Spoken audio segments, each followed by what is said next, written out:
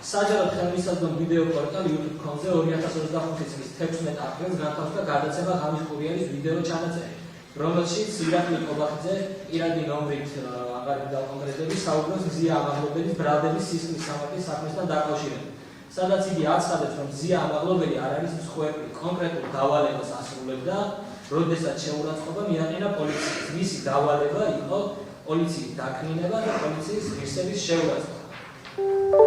საკითხი, რომელზეც ირაკლი ყობახიძე განმარტებით ფორმაში საუბრობს, ზია ამაღლობელის სისხლის სამართლის საქმეზე, ბრალდების სისხლის სამართლის საქმეზე წარმოადგენს მნიშვნელოვან გარემოებას. კერძოდ, ბრალდების ხარის მტკიცებულებებში მოიპოვება პატაკი, რომელშიც გურიის პოლიციის დეპარტამენტის დეტექტივი ვლადიმერ ჩიტაია პოლკოვნიკ სერგი ჟენს მოახსენებს, რომ ზია ამაღლობელი მობილური ტელეფონის საშუალებით იღებდა ინსტრუქციებს.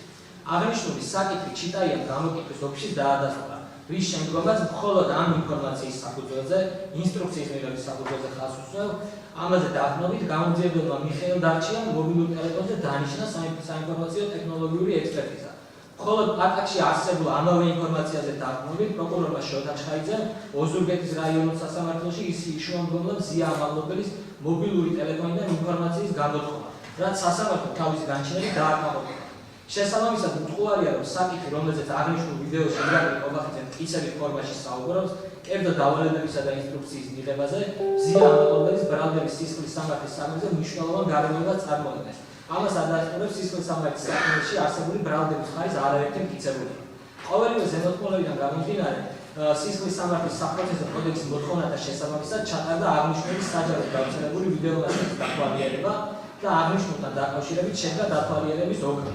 დათვალიერებას ესწრებოდა საქართველოს ახალგაზრდა იურისტთა ასოციაციის ტექნიკური რედაქტორი ირაკლი სვანაძე, რომელიც აღნიშნულთან დაკავშირებით მოწმის სახით გამოიკითხა. ვინაიდან მისივე განცხადებებიდან აშკარად გამოჩნდა, რომ ირაკლი ყობახიძე ფლობს ზია ამაღლობელის სისხლის სამართლის საქმის გარემოებებთან დაკავშირებით მნიშვნელოვან ინფორმაციას, სისხლის სამართლის საპროცესო კოდექსის შესაბამისად დაცვითარეთ წარმოიშვა მისი გამოკითხვის სურვილი. ამ მიზნით 24.02.2025 წელს მას რეგისტრირებულ მისამართსა და სამუშაო ადგილას გაეგზავნა განცხადება, რომლითაც მას შეთავაზეთ გამოკითხვაში მონაწილეობა, რათა მის ხელთ ავსებული ინფორმაცია დაეხმაროს სასამართლოს რეალობის დადგენაში. აღნიშნული განცხადებების ჩაბარებისა და გაგზავნის დასტურები კი დაეწყო აღნიშნულ შუამდგომლობას.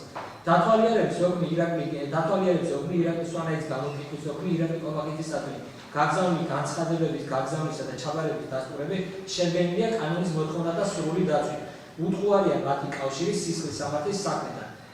მათი დღევანდელ პროცესამდე წარმოდგენა კი შეუძლებელი იყო, ვინაიდან ვიდეო მასალა, რომლის საფუძველზეც აღნიშნული მტკიცებულებების ზია ამაღლობელის ბრალდების სისხლის სამართლის საქმეზე დათვალისწინებას ვიყავ, გავრცელდა 2025 წლის 16 აპრილს. ყოველივე ზემოთქმულიდან გამომდინარე, უნდა დაკმაყოფილდეს ადვოკატ აღნიშნულის შუამდგომლობა და მტკიცებულებები დასაშვებად იქნეს ცნობილი ზია ამაღლობელის ბრალდების სისხლის სამართლის საქმეზე. როგორც აღნიშნე ქალბატონია, ეს დოკუმენტები ერთვის დათვალიერების ოლქში დეტალურად არის აღწერილი არამარტო შეფასება, არამედ კონკრეტული ის ინფორმაცია, რაზეც ეს ადამიანი საუბრობს, რომ თურმე იღებდა დავალებებს, ჰქონდა ინსტრუქციები, ეს რომ საქმის უმნიშვნელოვანესი გარემოება ამას ეს უტყუარია, როგორც მინიმუმ ბრალდების ხარის მტკიცებულებებიდან გამომდინარე, ასევე ჩვენ ამ ეტაპზე აღვიხოთ ირაკლი ყობახიძის მოწმე წარმოადგენას სასამართლოს და მოსმენაზე, ვინაიდან გვაქვს იმის მოლოდი გონივრული, რომ ეს ადამიანი ვინაიდან ინფორმაციას ფლობს დავთვალიერება და გამოკითხვაში მონაწილეობას მიიღებს, ამიტომ გარკვეული ვადა რა თქმა უნდა მას ამის უნდა მიეცეთ, დათვალიერების ოგნი